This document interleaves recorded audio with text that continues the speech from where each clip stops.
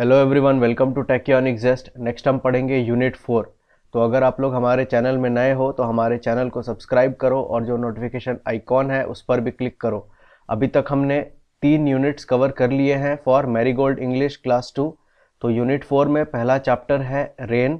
तो इस चैप्टर को साथ में पढ़ते हैं और फिर इसके मीनिंग को समझेंगे। तो स्टूडेंट्स, रेन को हिंदी में क्या कहते हैं, क्या आप मुझे बता सकते हो? तो रेन को हिंदी में कहते हैं बारिश। So the rain is raining all around, it falls on field and tree, it rains on the umbrellas here and on the ships at sea. एक बार साथ में इस पोयम को रिसाइट करते हैं। आप भी मेरे साथ साथ बोलो, the rain is raining all around, it falls on field and tree, it rains on the umbrellas here and on the ships at sea. So the rain is raining all around. Around का मतलब चारों तरफ। तो इसका क्या मतलब है? चारों तरफ बारिश हो रही है। तो चारों तरफ बारिश हो रही है और बारिश कहाँ कहाँ पर हो रही है?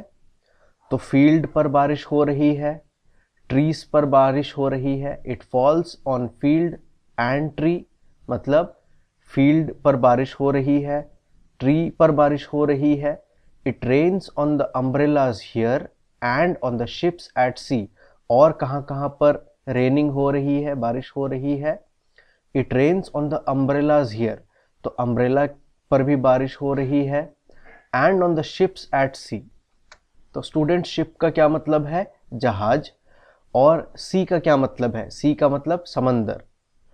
तो अम्ब्रेलास पर बारिश हो रही है और जो जहाज हैं समंदरों में उन पर भी बारिश हो रही है।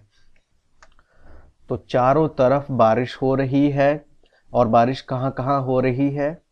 तो फील्ड पर बारिश हो रही है, ट्रीज पर बारिश हो रही है, अम्ब्रेलास पर, और जो शिप्स हैं, जहाज हैं समंदर में, उन पर भी बारिश हो रही है। तो नेक्स्ट यहाँ पर कुछ न्यू वर्ड्स हैं स्टूडेंट्स। इन वर्ड्स को साथ में पढ़ते हैं और फिर इनसे सेंटेंसेस बनाएंगे। तो पहला वर्ड है field, next is umbrellas, next is ships. तो इनका क्या मतलब है? तो सबसे पहले है field.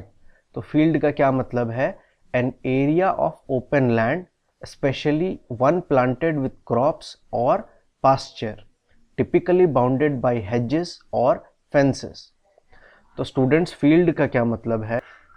So field is an area of open land. ये एक ओपन लैंड होती है जहाँ पर बहुत बार हम क्रॉप्स प्लांट करते हैं, या बहुत बार वहाँ पर जो एनिमल्स हैं, काउज हैं, शीप्स हैं, गोट्स हैं, वो ग्रेज करते हैं। तो स्टूडेंट्स, यहाँ पर एक वर्ड है, आप देखोगे, specially one planted with crops और पास्चर। तो पास्चर क्या है? So pasture is a land which is used for grazing. और ग्रेजिंग क्या है? तो बेसिकली ये एक फील्ड है जहां पर आप चाहो क्रॉप्स लगा सकते हो, क्रॉप्स जैसे वीट और भी बहुत तरह के क्रॉप्स हैं, या फिर पास्चर। पास्चर मतलब it can be a land which is used for grazing. अब देखो ये क्या कर रहे हैं, ये ग्रेजिंग कर रहे हैं, यहाँ पर घास है और वो घास को खा रहे हैं। सो दिस इज अ फील्ड। तो इसका मतलब बारिश यहां फील्ड पर हो रही है। Next is umbrellas. तो अम्ब्रेलास वर्ड का क्या मतलब है? तो सबसे पहले फील्ड से क्या सेंटेंस बना सकते हैं? आई रैन अराउंड द फील्ड।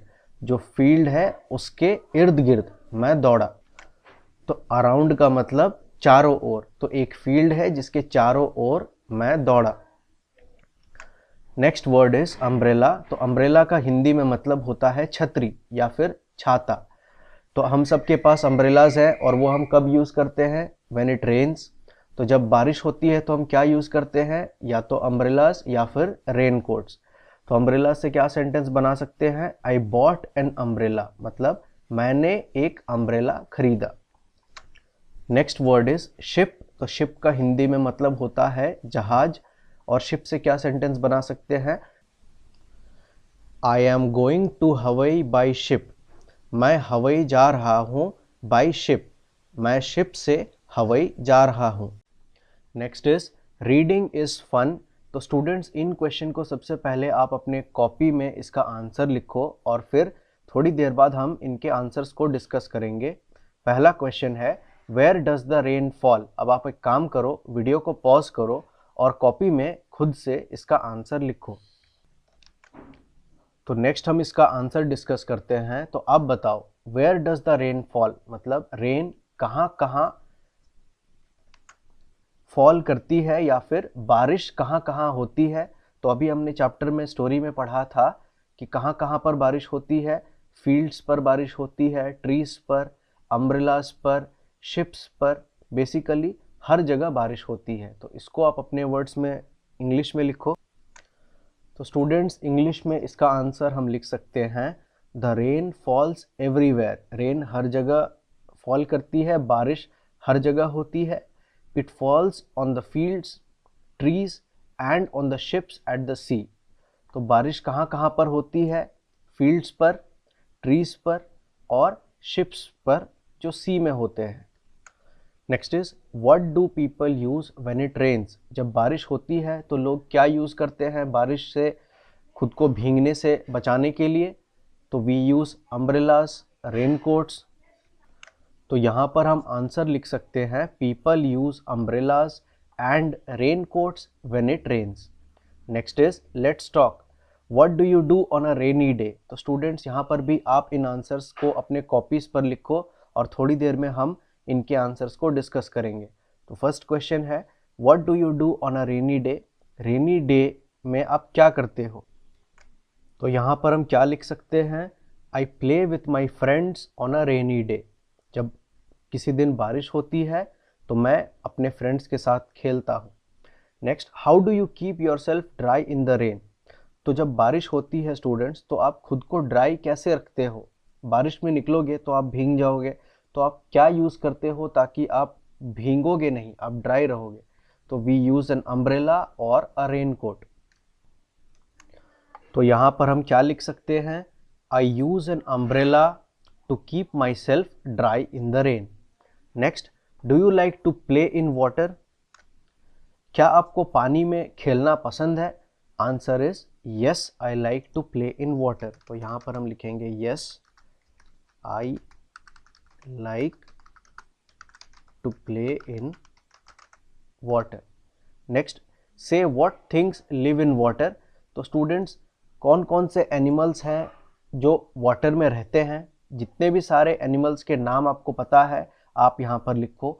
अगर आपने हमारे दूसरे वीडियोस पढ़े हैं तो वहाँ पर मैंने आपको पढ़ाया था कि जो फिश होते हैं वो भी एनिमल्स का एक पार्ट होता है।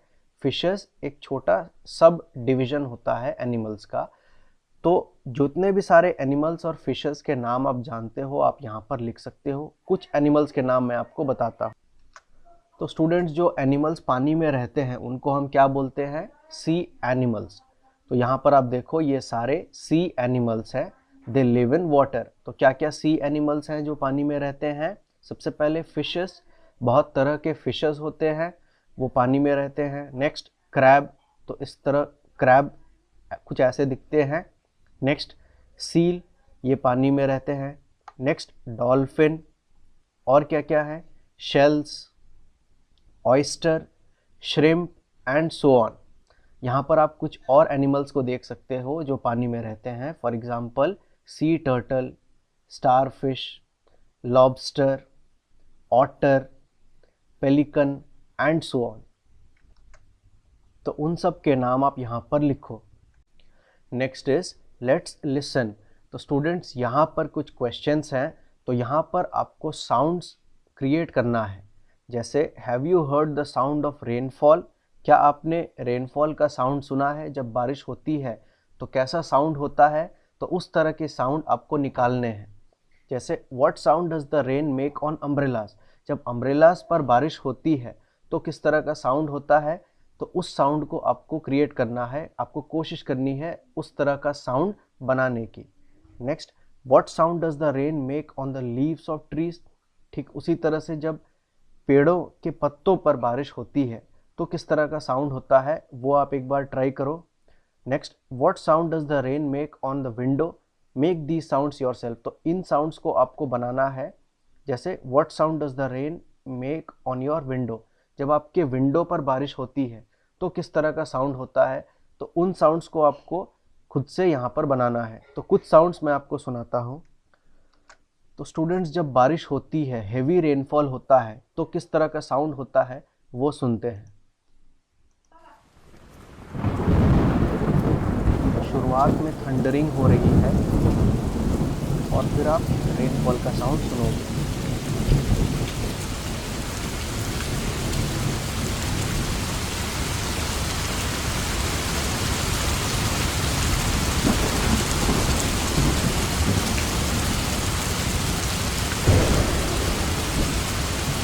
तो नेक्स्ट हम सुनते हैं what sound does the rain make on umbrellas, तो जब अम्ब्रेलाज पर बारिश होती है तो किस तरह का साउंड होता है वो हम सुनते हैं।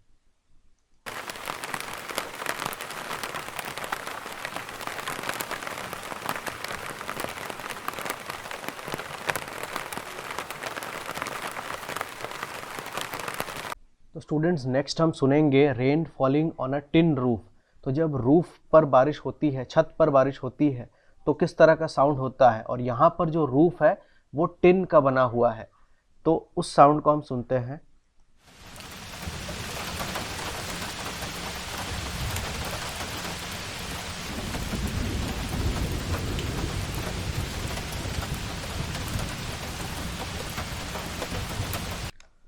तो स्टूडेंट्स, नेक्स्ट जो मैं आपको एक फाइनल साउंड सुनाऊंगा वो है सी साउंड। तो समंदर में जब लहरें ऊपर उठती हैं और नीचे जाती है तो किस तरह का साउंड होता है, ये एक बार सुनते हैं।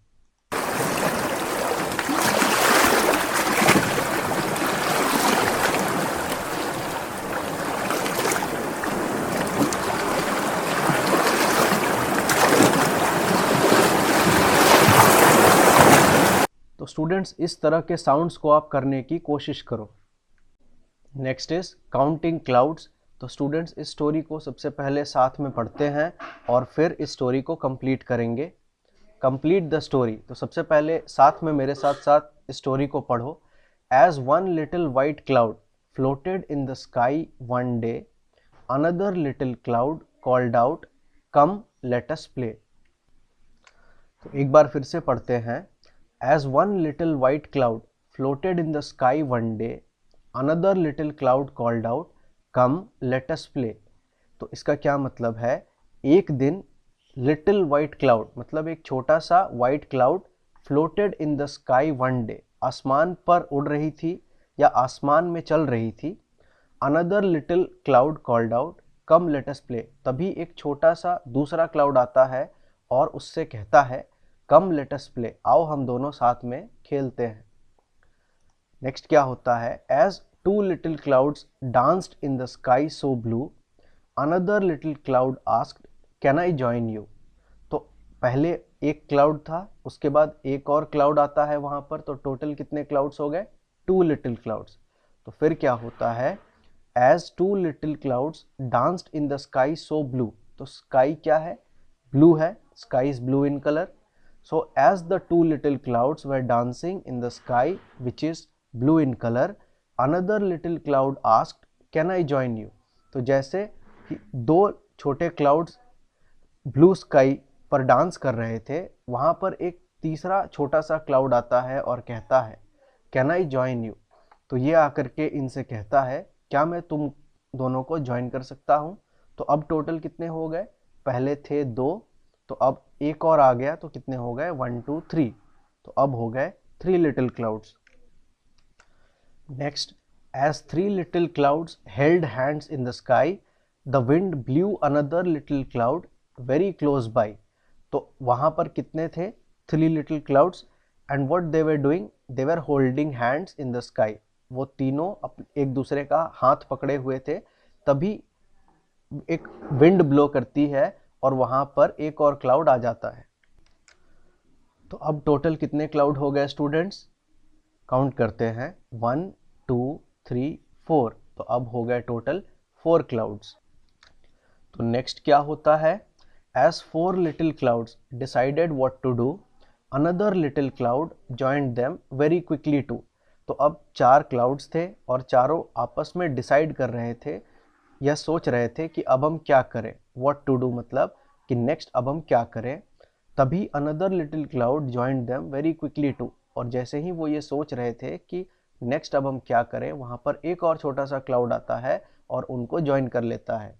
तो अब टोटल कितने क्लाउड्स हो गए, पहले थे 4, अब एक और वहाँ पर आया तो टोटल कितने हो गए 5। तो एक बार काउंट करते हैं 1 2 3 4 5, तो अब टोटल हो गए 5 little clouds.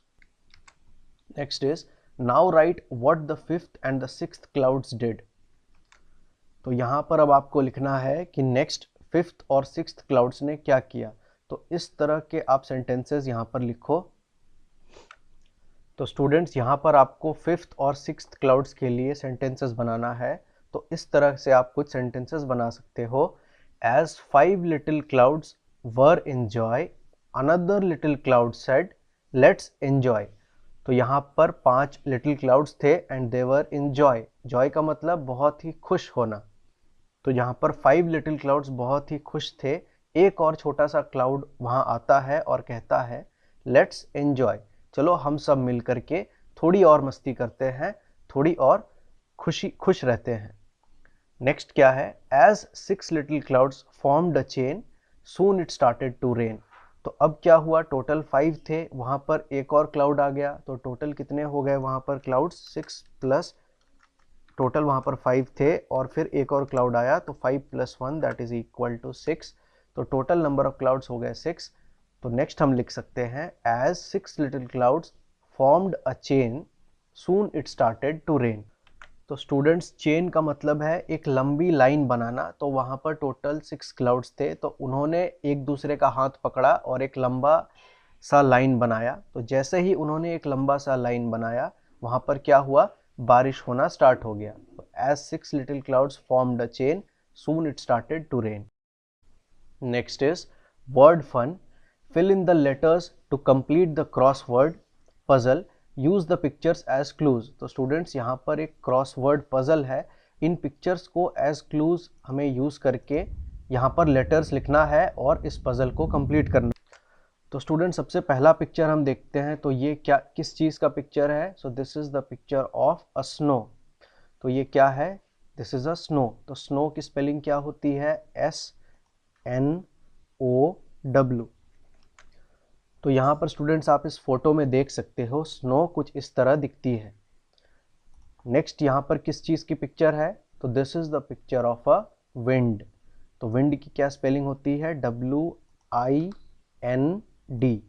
So WIND is wind. Next अगर इस पिक्चर को देखें तो यह किस चीज़ की पिक्चर है, this is the picture of a moon. तो मून की क्या स्पेलिंग होगी, MOON। तो MOON इज मून। नेक्स्ट इस पिक्चर को देखो, किस चीज़ की पिक्चर है ये, तो this is a cloud. Cloud की क्या स्पेलिंग होती है, CLOUD। तो यहाँ पर आप लिखोगे O और यहाँ पर U और D, CLOUD क्लाउड। नेक्स्ट यह किस चीज़ की फोटो है, तो स्टूडेंट्स यहाँ पर जो वर्ड है that starts with L and it ends with T, तो ये कौन सा वर्ड होगा, इसे देख करके बताओ। तो ये होगा लाइट। तो लाइट की क्या स्पेलिंग होती है, LIGHT। हिंदी में लाइट को हम कहते हैं रोशनी। तो इसका स्पेलिंग लिखो L, उसके बाद I, उसके बाद GHT, ये हो गया लाइट। नेक्स्ट ये किस चीज़ की फ़ोटो है, तो यहाँ हम देख सकते हैं बहुत धूल है, बहुत मैल है। तो यहाँ पर इसे हम इंग्लिश में क्या बोलते हैं, तो धूल को इंग्लिश में कहते हैं डस्ट। तो डस्ट की स्पेलिंग होती है DUST। तो यहाँ हम लिखेंगे डस्ट। नेक्स्ट यहाँ पर आप देखो फायर की फ़ोटो है, आग की फ़ोटो है। तो आग से क्या हमें वहाँ पर देखने को मिलता है, वहाँ हीट देखने को मिलता है या गर्मी हमें महसूस होती है फायर के सामने। तो ये जो वर्ड है ये है हीट। तो हीट की क्या स्पेलिंग होगी, HEAT, हीट। नेक्स्ट ये किस चीज़ की फ़ोटो है, so this is a star. तो यहाँ पर आप इसको कंप्लीट कर लेना। और ये किस चीज़ की फ़ोटो है, सो दिस इज़ अ सन। तो यहाँ पर कोरस्पॉन्डिंगली लेटर्स को लिख करके इस वर्ड को कंप्लीट कर लेना। तो इन 2 वर्ड्स को आप कंप्लीट कर लो as a homework. Next is let's share what would you call these pictures in your language, now label the pictures in English. तो अपने लैंग्वेज में आप इन पिक्चर्स को क्या बोलोगे, एक बार आप उसको ट्राई करो और फिर इन पिक्चर्स को आप इंग्लिश में क्या बोलते हो उसको यहाँ पर लिखो।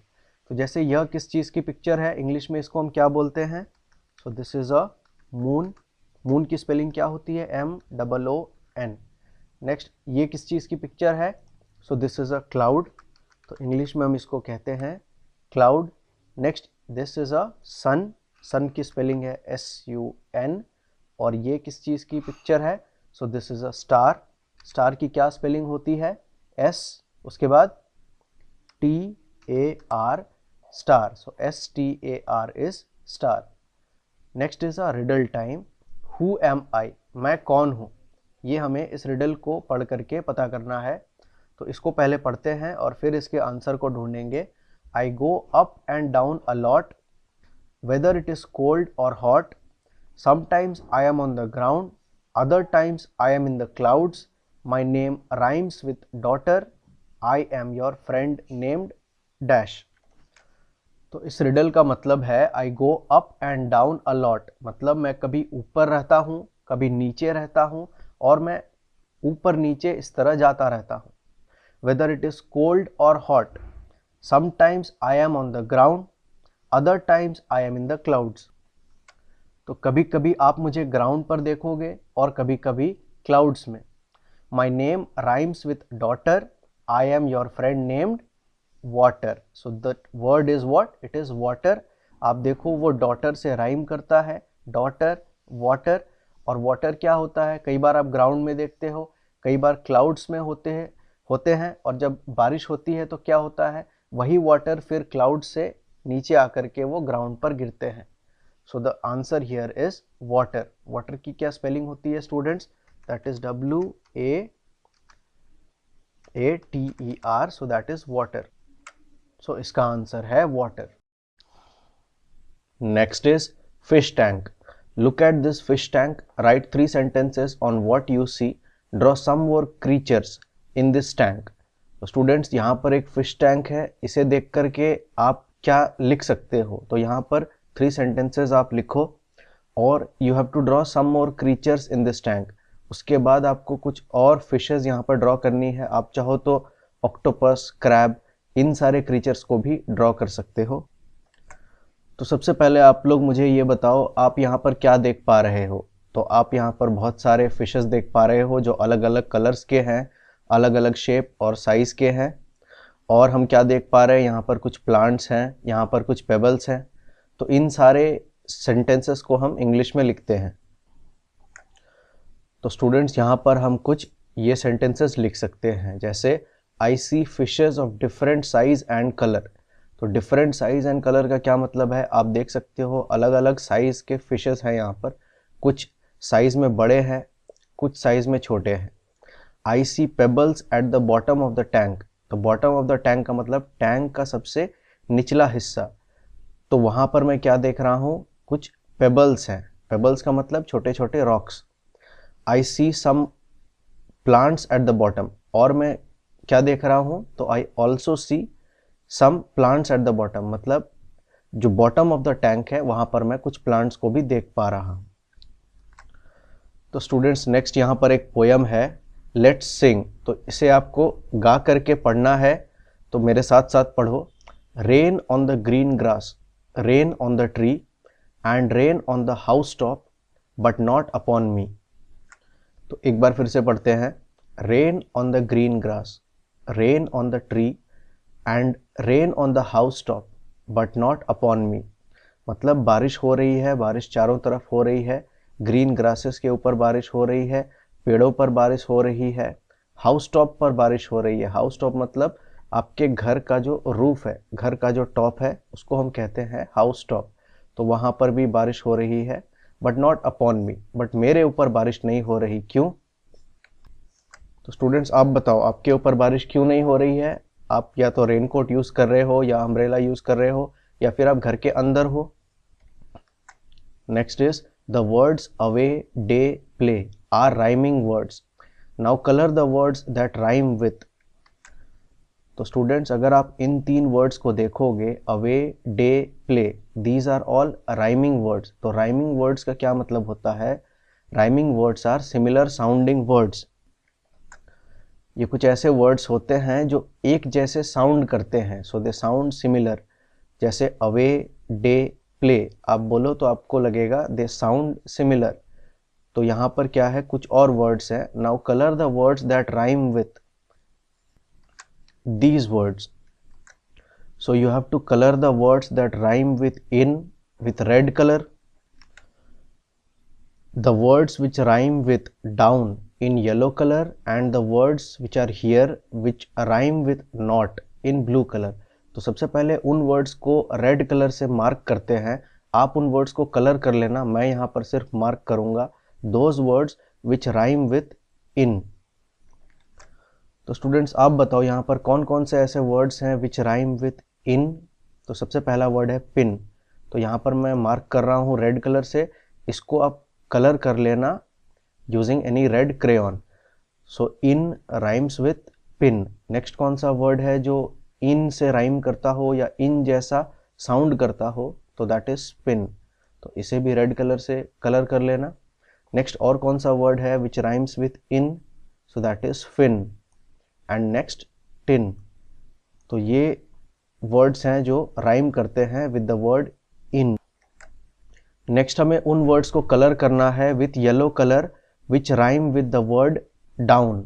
तो डाउन से जो वर्ड्स हैं विच साउंड सिमिलर, उन वर्ड्स को आप कलर करोगे येलो कलर से. तो चलिए उन वर्ड्स को ढूंढते हैं और उनको कलर करते हैं. तो सबसे पहले कौन सा वर्ड है? That is brown. तो इसे मैं येलो से मार्क कर रहा हूँ, बट आप इसको पूरा कलर कर लेना येलो कलर से. So this word rhymes with the word down. अब देखो बोल करके दोनों को साथ में, डाउन, ब्राउन. तो these are similar sounding words और राइमिंग वर्ड्स. नेक्स्ट क्या वर्ड होगा? So that is frown. तो इसे भी येलो कलर से कलर कर लेना. नेक्स्ट क्या है? That is clown.